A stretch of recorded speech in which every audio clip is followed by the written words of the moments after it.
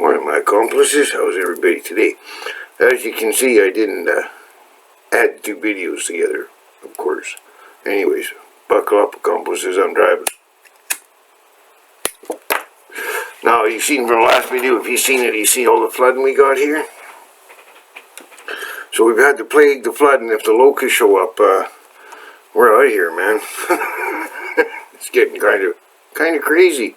Yeah, the city phone, or the village phoned me the other day, or the White Valley Resource Center, and get some guys together to do some sandbagging here. And I'll try to get some videos of that for you guys. And, yes, I think things are starting to open up here a little bit anyways. I don't know about down in the States. I see some lady got 7 days in jail and a $7,000 fine for having her hair salon open, right? Because the lady said, well, I have no money. I have kids to feed. What am I going to do? If you're worried about it, don't go to her salon, right? Pretty simple. So it's a little crazy.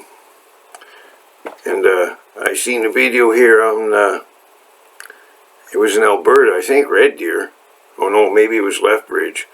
But the cops, somebody phoned 911. Somebody was in a stormtrooper's outfit on the side of the road with a gun. So they phoned 911. Geez, it was kind of funny. She was working for a Star Wars themed restaurant. She was out in the street advertising.